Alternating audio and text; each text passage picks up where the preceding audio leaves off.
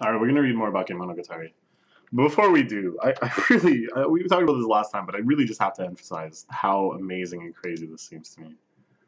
For the past 2 weeks, we've had on average more than 2 chapters per day.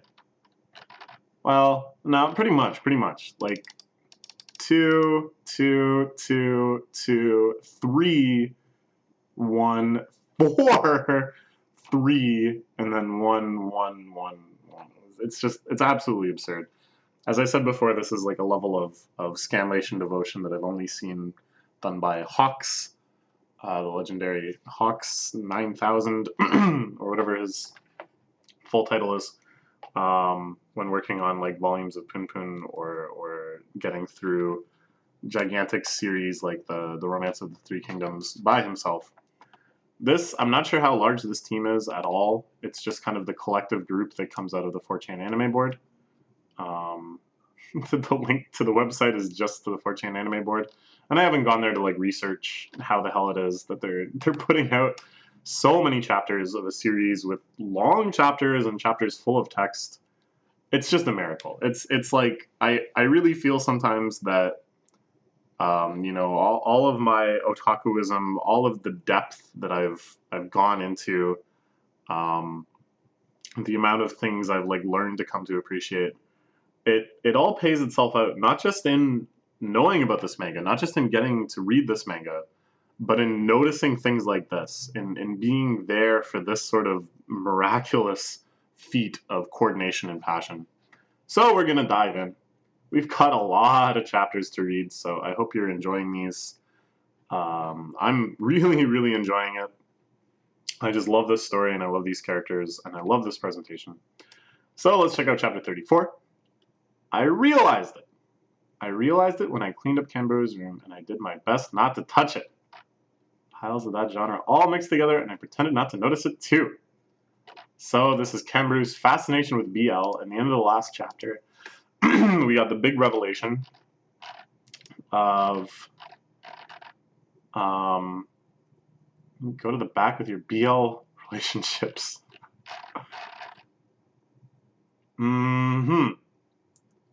So she is a student of the Men Should Love Men and Women Should Love Women school. And as such, Araragi found tons and tons of BL scattered all over her room. Girls are interested in lewd stories too, after all. You're talking about dirty tales with girls, Araragi-senpai. Don't think you're allowed to do that in society from now on. What a cute face. What a cute face saying something so awful. Talk about whether or not you're a briefs boy or a boxer's boy. She's still groping herself. This entire time, she's been groping herself as part of her appeal. Talking about whether or not I'm wearing panties under my spats. And then Araragi gives her a look. And it's the look that reveals that deep down, maybe that was exactly what he was concerned about. Who can say? Not wearing anything coming out from your skirt. Uh-huh. Okay. So there is nothing underneath. Thank you for this robust confirmation. This too is the Monogatari series. For all that I talk about its expert storytelling and deep characterization and wonderful radical empathy, this is yet another facet of that last point. And this is too radical empathy. The courage to be empathetic to a pervert, as Hajikuchi might say. And that no one else should say, because I just said something insane. So they return to the subject. Are you wearing them or are you not? Are you a sports girl or are you an exhibitionist criminal?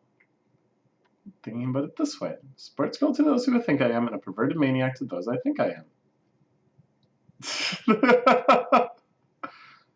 And I don't know what I'm seeing here. This looks like an absolute torture device. I think it's best not to dwell on this. Something horrific is being depicted. So we see our girl Shinobu, the heart under blade, just chilling out on the floor as she normally does, wearing very little. But this is the era where she wears the motorcycle helmet and the glasses, or the goggles, I guess. You can always kind of mark what era of Monogatari you're in by Shinobu's dress and demeanor. And of course, Kanbaru, a big Shinobu fan. This is the first time they encountered each other, but in part of the Owari Monogatari arc, Kanbaru gets some quality Shinobu time, which I found very funny. She's so super cute. I want to hug her. No, I want to get hugged. This is the greatest smile today. It's true. Out of many smiles, this one is clearly the most excited, the most full of joy and enthusiasm. This is the truest smile of all. Better not get involved with her. The greatest disappointed face. Oh, this swinging of emotions. She's crying that she doesn't get to hang out with Shinobu. Is there an entrance here? What the heck? It's like it should be in front of the station, but a single person's noticed it. Okay, so this is kind of interesting.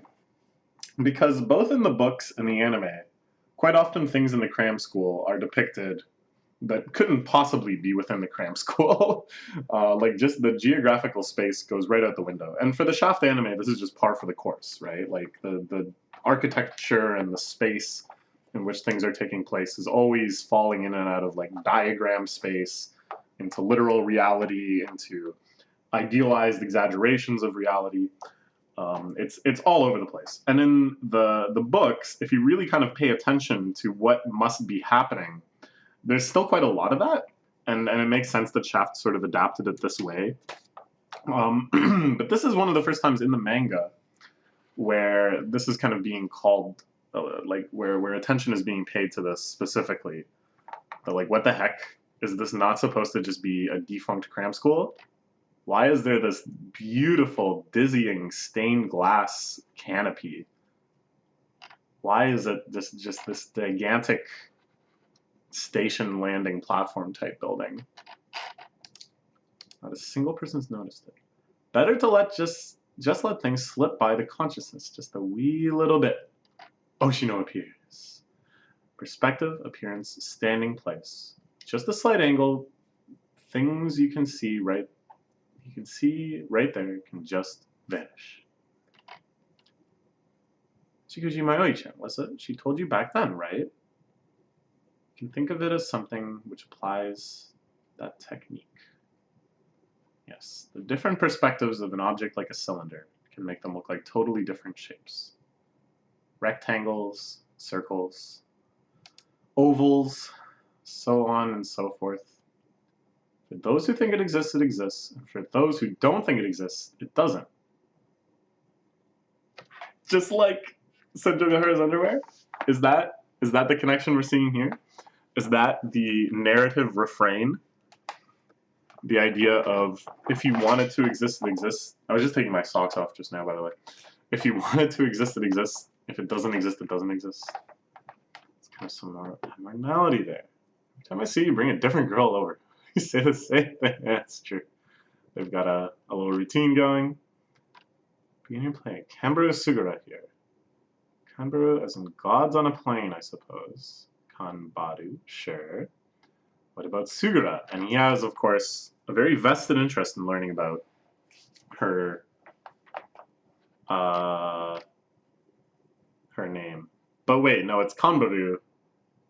Kanbaru is the part that jumps out to him, I guess, because of course he is familiar with her aunt and with her mother from Sugura Torture Method. Sugura Punch. Alright. And we get a little depiction of this. This looks horrifying, absolutely horrifying. A form of torture from the Edo period. No, I did not need to know about that. You know your own name. It's the kind of torture I'd like to try at some point. This goes into Yuri, BL, nudity, lollies, and masochism. Oh my god, I can never pronounce that word possibly. Masochism. Masochism. Masochism. That's it.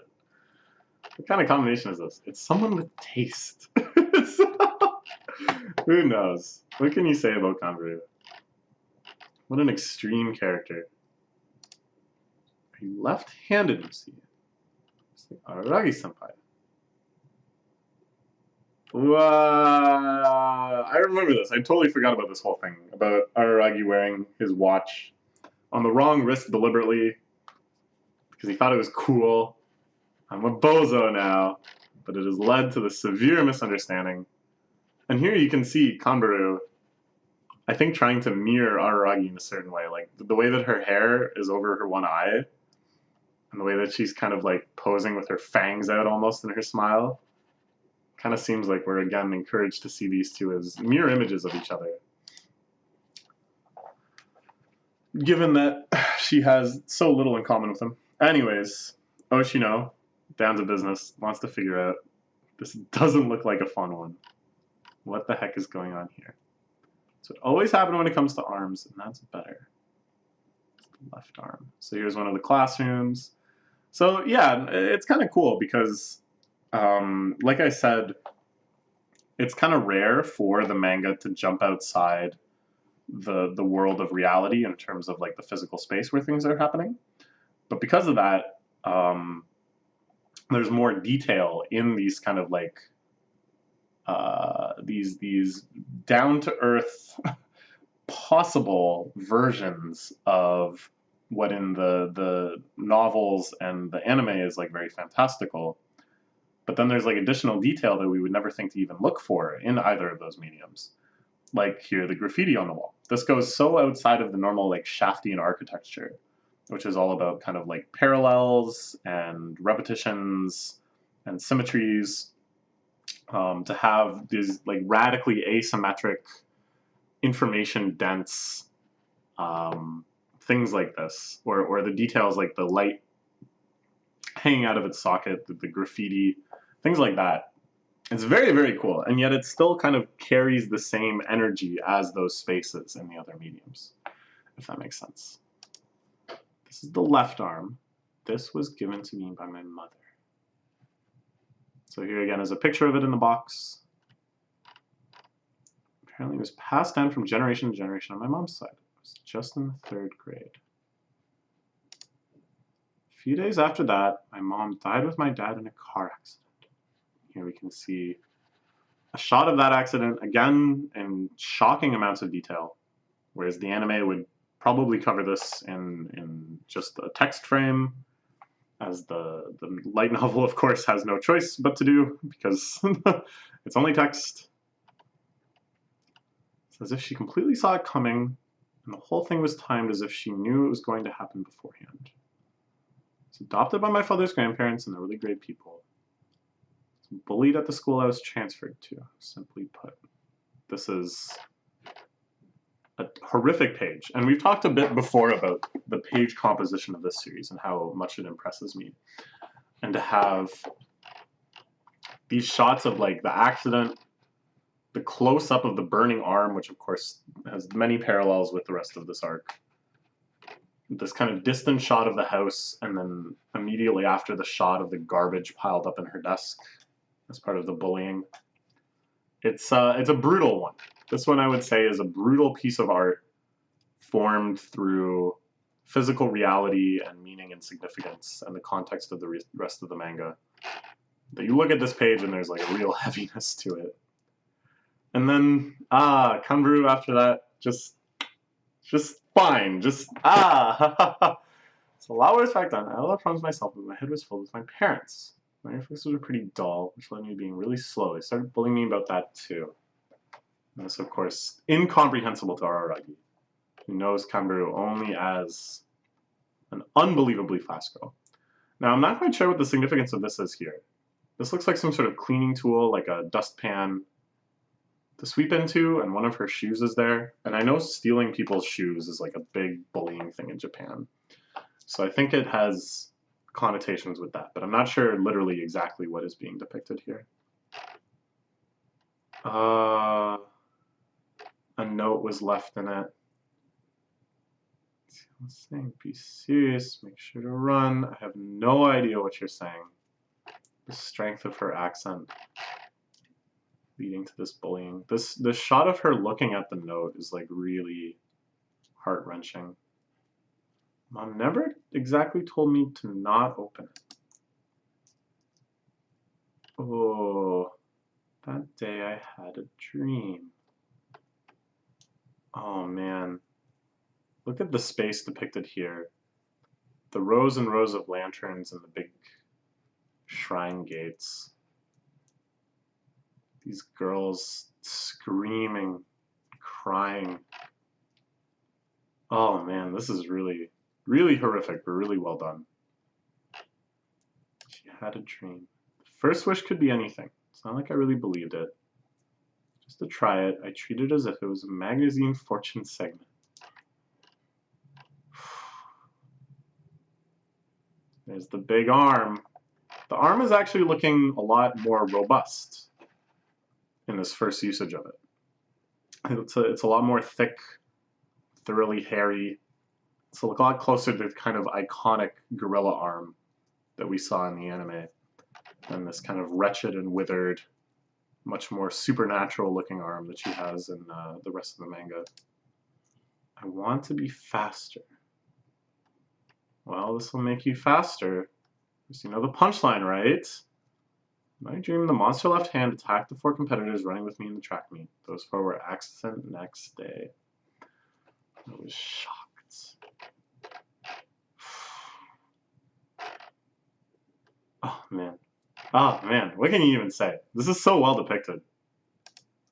The weaving of the narration and these shots. What was up with my mummified left arm in the library? Learned about Jacob's monkey paw. Monkey's paw, huh? Hoshino perhaps skeptical? Is it really the monkey's paw? Or is something more going on here? We will have to find out in the next chapter, which likely will come out tomorrow. I'm just going to try to get caught up on this. Not at like an extreme rate, but reading like a few chapters a day, making a bunch of buffer videos. Because I'd really like to get caught up with this. I think it's going to be so exciting once I am. And new chapters will come out with whatever regularity. I feel like we got to get caught up to the Japanese RAWs at some point. Like, this only has been coming out at all for, I want to say, like a year and a half or so. So I'm guessing at most, like, is this really weekly?